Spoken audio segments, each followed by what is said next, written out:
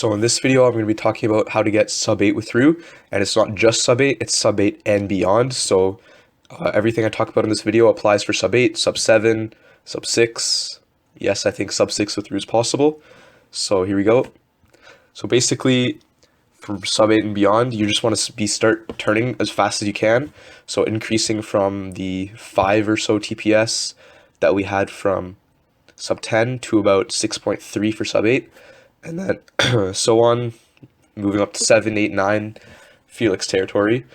And then, so that's the TPS side. And then trick side, that's basically, you're going to want to do advanced tricks that involve learning new algs or different concepts that are going to make your solves more efficient. A standard intermediate Roux solve is 50, just 50 moves, but learning some algs and some alg sets and some techniques can easily lower that to about 40, 43, just low 40s is possible. So for the TPS side, in first two blocks, you're just gonna want to plan as much as you can in inspection.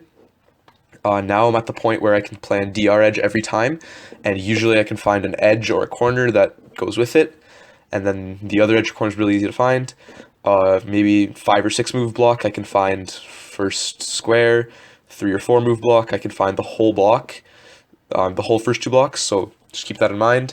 And you're going to want to be turning a lot faster. Just basically, once your look ahead is good enough and you're averaging like sub-9, low 8 type thing, you're going to want to be turning as fast as you can. Given that you're not turning like you're a professional 7x7 solver, you don't want to be just randomly bursting TPS, pausing, bursting TPS. That doesn't work. You want to be fluid but turning fast. So for first two blocks, the only tricks I know of or advanced techniques, I've talked about these before, are non-matching centers, non-matching blocks, and free block building. So non-matching centers, you just build the first two blocks without caring about what the centers are.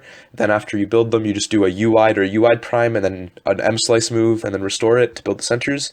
Non-matching blocks, you build a white bottom and yellow bottom on the other one. The only thing that's different is that CMLL recognition will be messed up.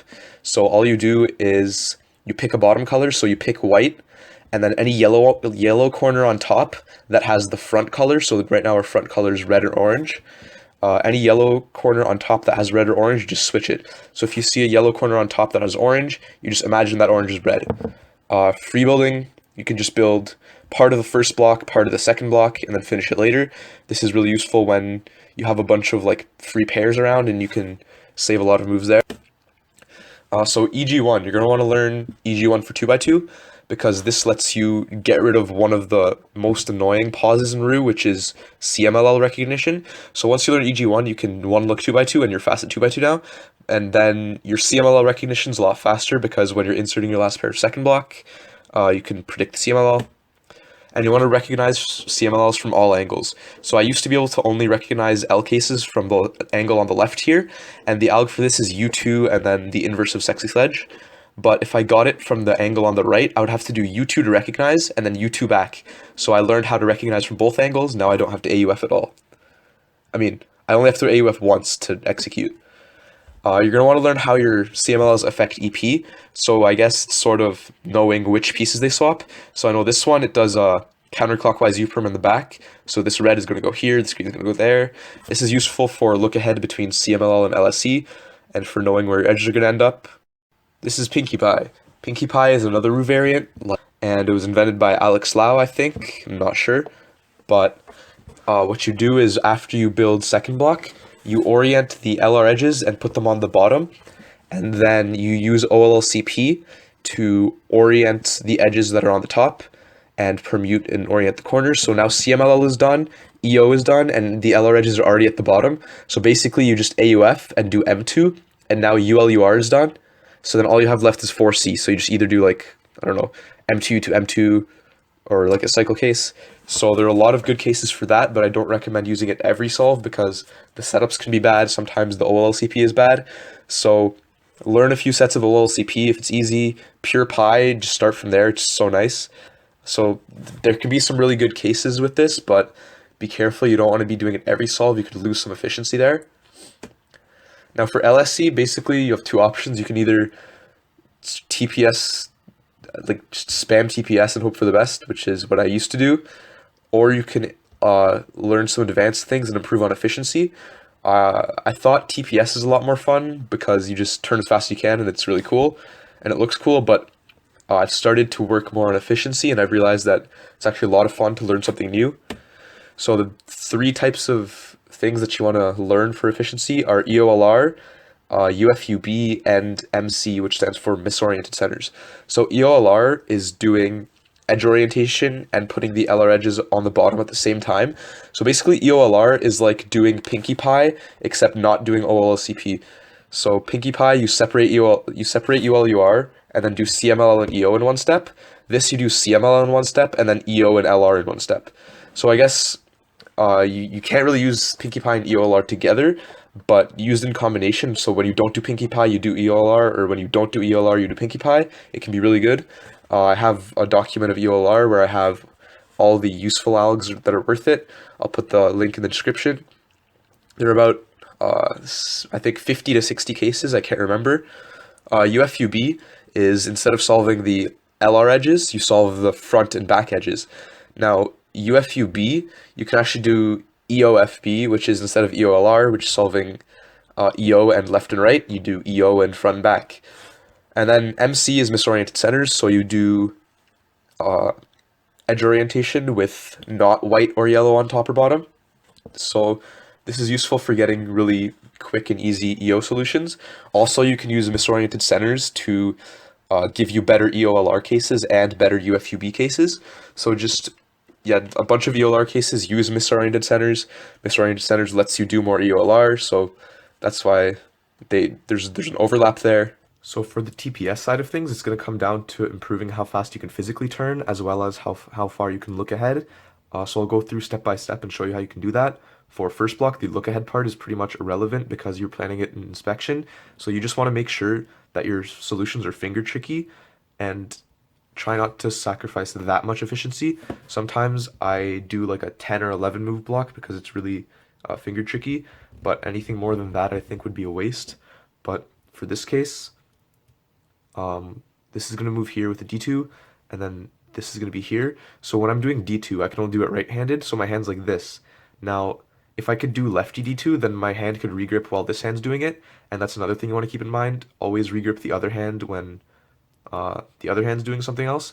But since I do D2 with my right hand, my hand's going to be like this. So instead of doing F prime, which I can't really do, I can do it like this, but that's sort of in a weird position.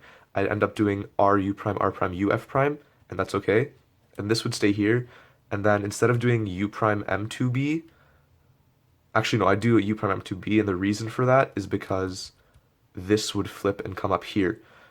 So make sure you also plan this, because this one key edge that goes down here is what is going to save your second block look ahead. So now I'll do that. So this is going here, D2, and then insert U F prime, and then this here, U2, M prime, B prime. Actually, no, this is going to be down there, whatever. Okay, so this is down here, and I know that, right? So immediately I see these two. So if I go like this, I know these are going to pair up in the back, and then once I insert this, I can end with an R wide prime to put this there, and there's the block. So see, finding this immediately, like, when this edge was down there, I knew that I had to do an R wide 2 to start it off, and then that gave me time to start looking for other pieces. So that's what's going to give you better look ahead in second block. But for physical TPS for second block, what you're going to want to work on is finding more finger tricky ways to solve pairs. So for this one right here, I used to do M prime U M, but what you can actually do is just R wide U R wide prime. So then the whole solution for this pair is just that. And then this pair in the back, you can either do it like this, so, which is what I normally do, but you can also do it like this. It's sort of like a wide anti-soon. You put them like this, and then there's that. So that's mostly where the improvement comes in second block. And CMLL, by now, I trust that you should have good algs, so if you want to make sure, check out my page. But for CMLL, the important part is being able to finger trick all of them properly and also being able to do them without regripping before or after that much. So this alg, it sort of forces me to do a regrip at the beginning, but that's okay because I can AUF while I'm doing it. And then at the end, I know I'm going to have to regrip again, but I can transition into that because I know what's happening. And then other times, say you get a J-perm, and your hand's like this, regripping to here is going to waste time, and then, so you, whereas if my hand's already like this, I can just go into it. And another thing people often don't think about when picking algs is that you want to pick an alg that has your hand end like this. So here, I'll set up the case. So for this one, the alg I use now, it starts like this, but it's going to end my hand like this, and that's good because once my hand ends up like this, I'm in ready position for LSE. So, see, immediately now I can start turning in LSE. So yeah, CMLL is pretty easy to turn fast, but you want to make sure you're using the best algs you can find, and try to find algs that end in the standard position with thumbs on front. And then LSE, here, EO is pretty easy to predict. You can basically cut it down to 2 cases, even if you don't know how how your alg affects EP, because most of CMLLs are OLCPs, so these two are not going to move. And then you're going to know how many edges are flipped on top, but you're not going to know where they are, so that's going to be like, you can either have them opposite or like here, or you might not know the AUF, but that's okay because you can just look ahead to it. And other than that, LSE, I think most of you have a really good grip on. It's pretty easy to turn really fast in. So yeah, and then LSE, most of the improvements gonna come from the tricks anyway, but you can also just do, you can drill TPS by just doing certain algorithms, or just doing LSE only scrambles.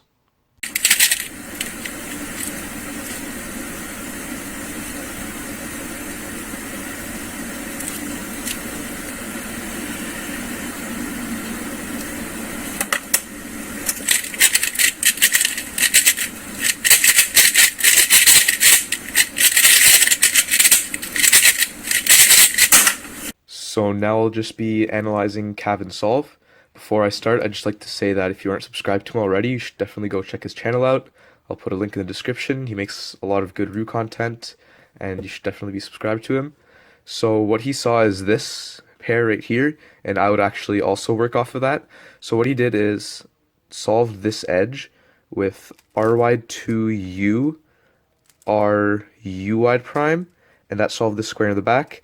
Then he saw this with this and did U, F, U prime, R wide prime, F.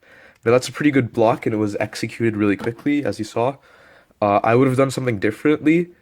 I don't think it's necessarily better, but it's just worth noting that it's different. So I would have held it like this, and instead of doing RY2, I would use sort of like this, but instead of doing UI2, I'd do D2. So I'd do D2 to bring this here, B prime paired up, D2 again, and then that sets up this to a different case, and I really like this one. It's just R wide, R, U, R prime, F. So, I don't know, both blocks would be really good. I probably would have considered doing his solution, but that doesn't matter. So what he did for second block, this is where stuff got sort of bad. So he did R wide R, U2 R wide. Now what that did is it inserted this while keeping this edge flipped, and it put this corner on top of this edge, and now both of these cases are the edge flipped case. Now this is a very bad case.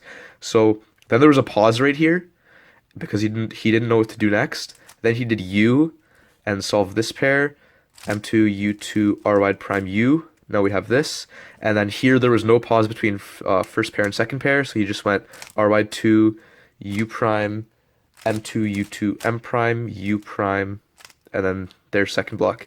So once the DR edge was inserted, everything worked out fine. He turned really quickly, and there wasn't a pause between the pairs, but the transition between first block and second block was pretty bad. There were like 4 wasted moves there that shouldn't have happened. So now I'll show you what I would have done right there. So I would have known the DR edge is here because I always track it. in inspection, and I would have seen this right away. So that, the second I start second block, I will just go U prime, M2, U2, M prime. Now this is paired, and I see the edge in the back right here. So there's this front pair, and these two pair up quickly and easily, just like that. And I actually got the exact same CMLL, so that worked out pretty interesting. So moving on to CMLL, this is just the pure pi case. He did U, and then F double sec C F prime, but on this F prime, he undershot a little bit, and what ended up happening is that his cube sort of locked up, and what happened is this corner started pulling apart from the edge, and it didn't do that reverse corner cut, so that's why there was that pause. But overall, there's not much to say there, just that little lockup. Okay, so moving on to LSE. His LSE was still really fast. I know Cavan's LSE is his strongest step, and it has really good TPS and look ahead. So right here, he saw these four on top. This is the LR edge. It's the other one isn't any of these, so it has to be in the back. So orient there, and then U prime, and then skip. And there's nothing to say here at all, just exact same thing. But usually for LSC, I think you should work on doing more EOLR. I notice sometimes you do the cases very inefficiently, and I think with your look ahead in TPS, once you learn EOLR, you can have sub 2 LSE. So overall in the solve, all I would say is first block to second block transition needs work. There are 4 wasted moves there. And maybe work on some more advanced LSC type things. So thanks for watching.